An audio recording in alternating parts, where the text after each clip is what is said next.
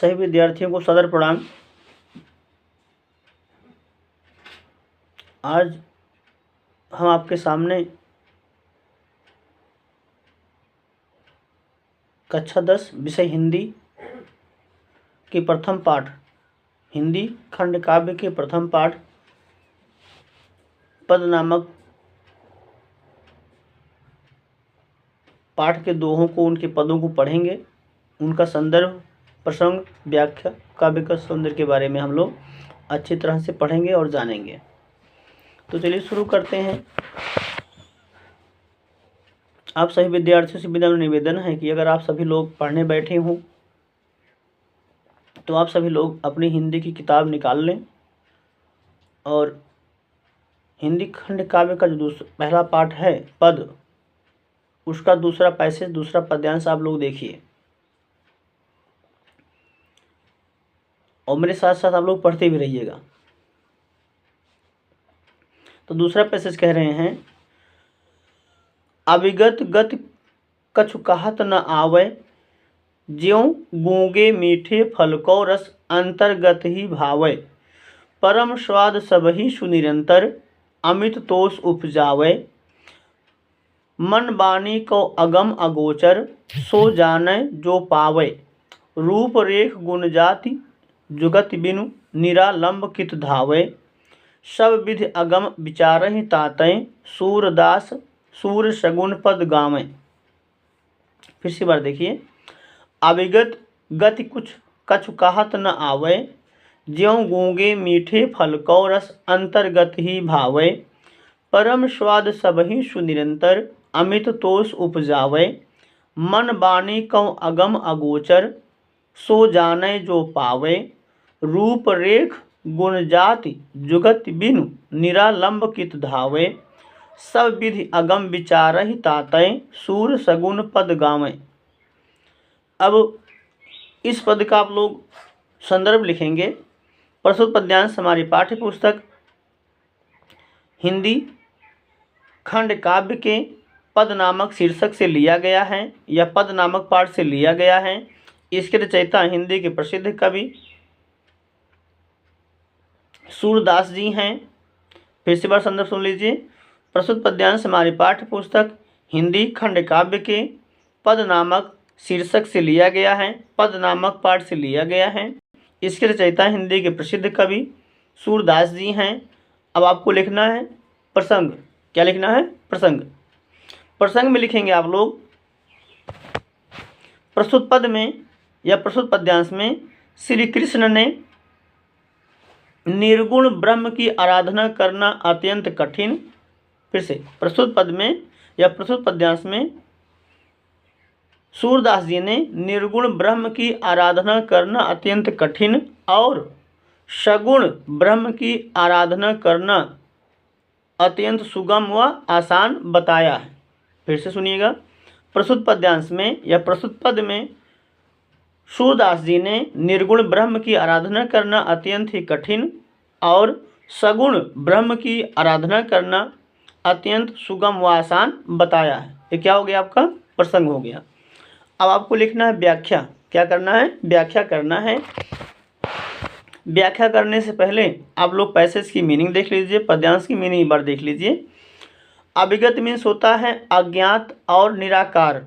अविगत means क्या होता है? अज्ञात और निराकार। गत मीन्स होता है स्थिति। गत मीन्स क्या होता है? स्थिति या दशा।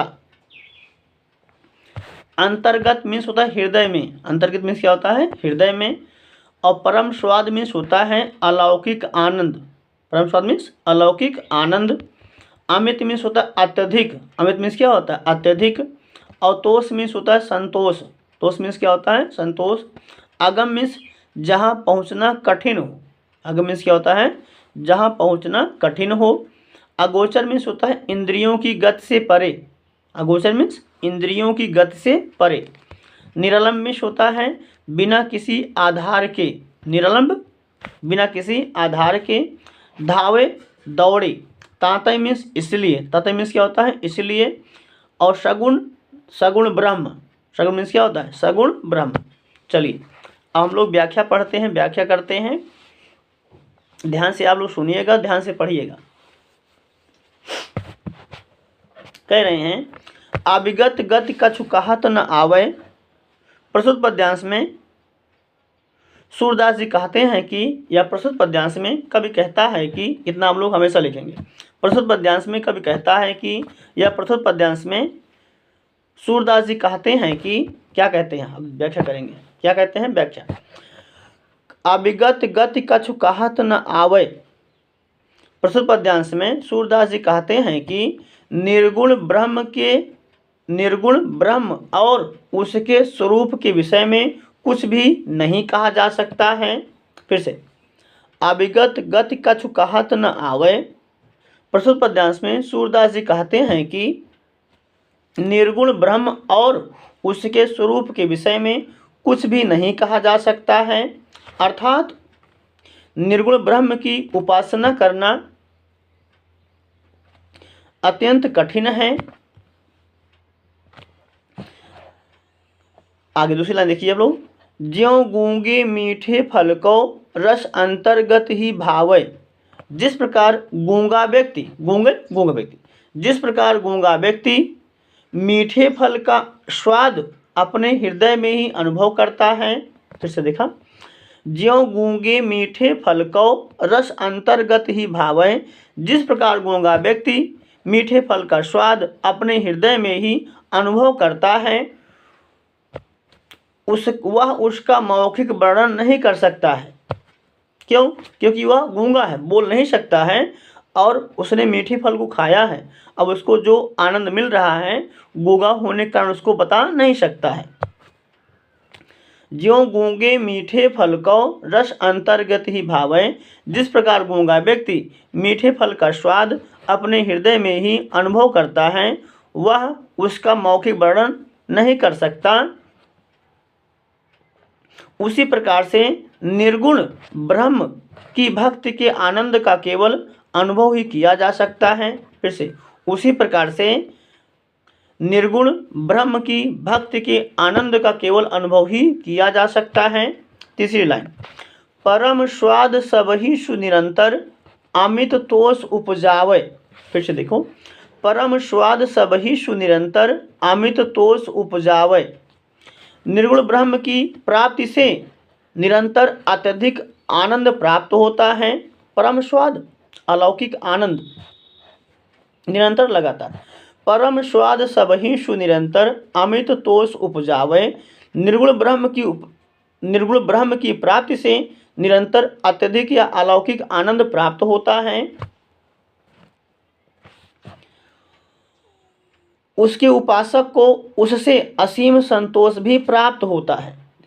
अमित तोष उपजावे, तोष में संतोष, अमित तोष उपजावे। उसके उपासक को, किसके उपासक को? निर्गुण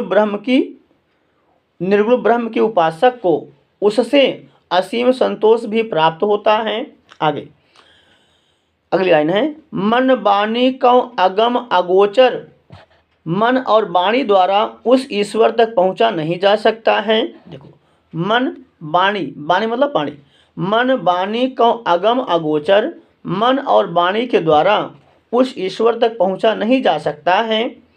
सो जाने जो पावे, उसे जो प्राप्त कर लेता है वही उसके बारे में जानता है।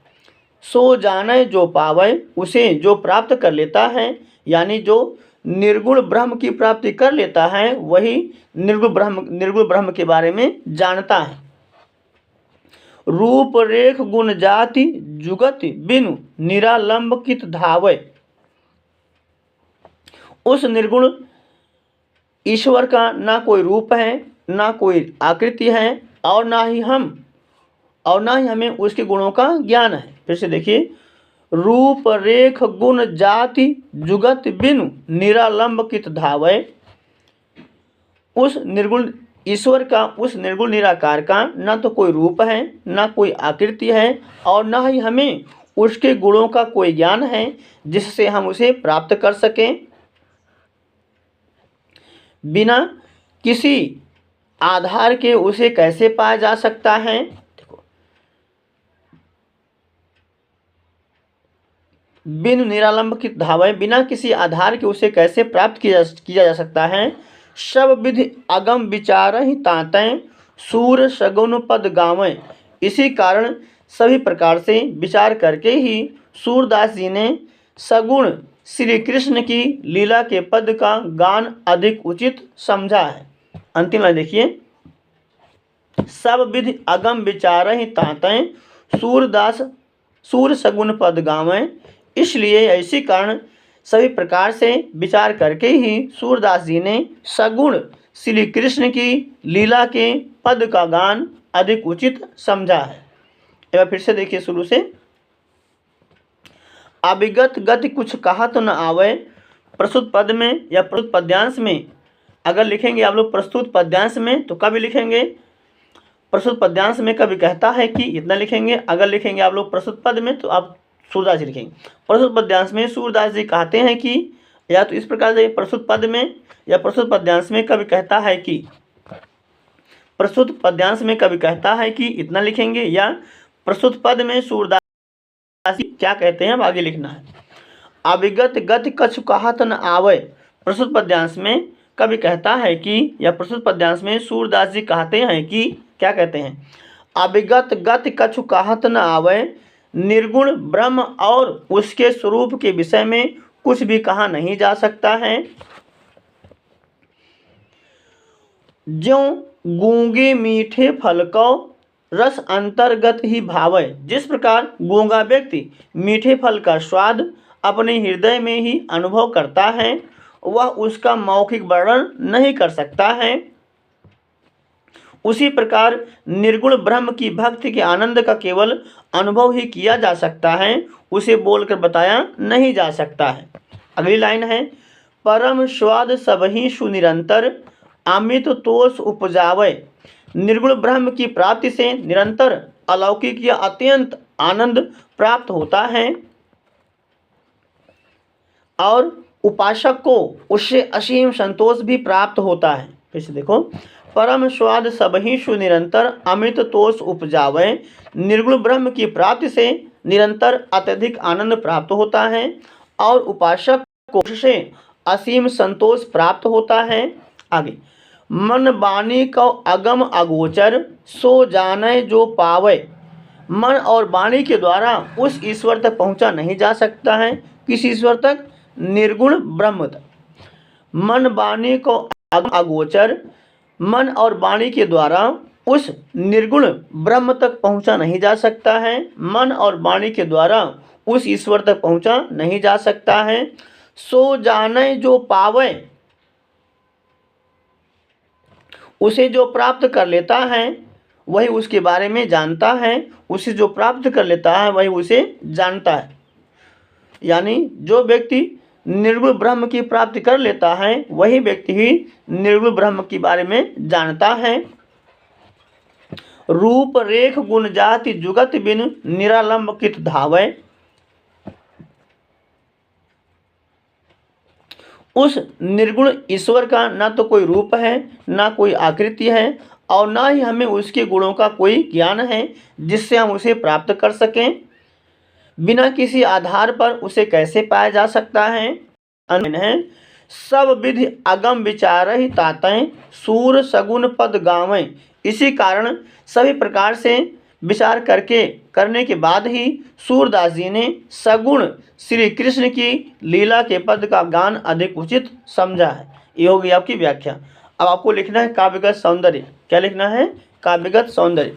काव्यगत सौंदर्य में लिखेंगे आप लोग भाषा। पहले क्या लिखेंगे? भाषा। भाषा है आपकी साहित्यिक ब्रज, शैली मुक्तक है, गुण प्रसाद है, रस भक्ति और शांत रस है, छंद गेय पद है, शब्द शक्ति लक्षणा।